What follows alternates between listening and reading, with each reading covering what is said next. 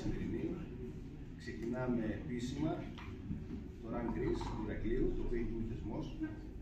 Φιλοξενεί κάθε χρόνο πλειάδα αθλητών, διακεκριμένων και μη, πολιτών, μαθητών.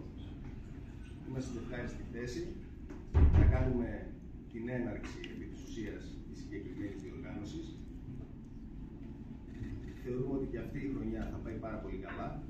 Είμαστε η περιφέρεια, είμαστε η πόλη, το Ηράκλειο, που διαχρονικά στηρίζει τον αθλητισμό, στηρίζει το δρομικό κίνημα.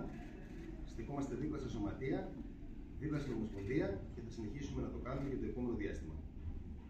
Θα θέλαμε όλοι οι κριτικοί, όλοι οι Ηρακλειώτες, στο μέτρο του δυνατού να συμμετάσχουν σε αυτή τη μεγάλη γιορτή του αθλητισμού και σας προσκαλούμε από αυτό το βήμα να λάβετε μέρος. Κύριε Σιρικονάκη. Εντάξει, μίλησε τώρα, δεν ξέρω, πρέπει να μιλήσουμε. Πολλά προς